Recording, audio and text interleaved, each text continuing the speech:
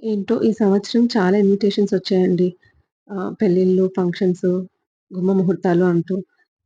దానికి తోడు మనకి ఆడవాళ్ళకి కొన్ని ఆటంకాలు కూడా ఉంటాయి కదా! సో, ఈ సంవత్సరం అసలు వ్రతం చేసుకోవడం అవుతుందో లేదో అని చాలా టెన్షన్ పడ్డాను.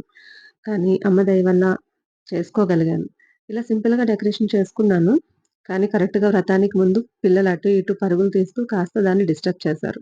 ఇంక దాంతో కూర్చొని ఓపిక లేదు, టైము లేదు. సో, ఇంకా దాన్ని అలాగే వదిలేసి నా పూజ ఏదో నేను చేసేసుకున్నాను.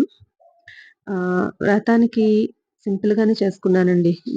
పరమాన్నం, పులిహోర అమ్మకిష్టమని అవి 2 మాత్రం చేసుకున్నాను. ఆ తర్వాత కొన్ని ఫ్రూట్స్ పెట్టుకున్నాను నైవేద్యం కింద. ఇక్కడ నా శారీ ఎవరైనా గుర్తుపట్టారా? మా బాబు మాత్రం నేను చీర కట్టుకోగానే నన్ను చూసి గుర్తుపట్టేసాడండి. ఇది వారాహిమమ్మ శారీ కదా అని. వాడలా గుర్తుపట్టగానే చాలా హ్యాపీగా అనిపించింది.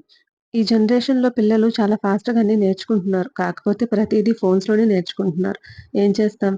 కాలం ఎలా నడిస్తే మనం కూడా అలాగే అప్‌డేట్ అవ్వాలి. తప్పదు కదా! కానీ దాంతో పాటు మన పిల్లలకి మనం సంస్కృతి, ఆచారాలు, పద్ధతులు నేర్పించుకునే బాధ్యత కూడా మనదే కదా! అందుకే పూజలైనా, టెంపుల్స్ అయినా, ఫంక్షన్స్ అయినా, హాలిడేస్ ఉన్నా లేకపోయినా సరే, ప్రతి దాంట్లోని పిల్లల్ని పార్టిసిపేట్ చేసేలాగా చూసుకుంటాం మేము. అమ్మ ఆశీర్వాదాలు మాకు దక్కాయని అనుకుంటున్నాను. మీరు కూడా మమ్మల్ని ఆశీర్వదించండి.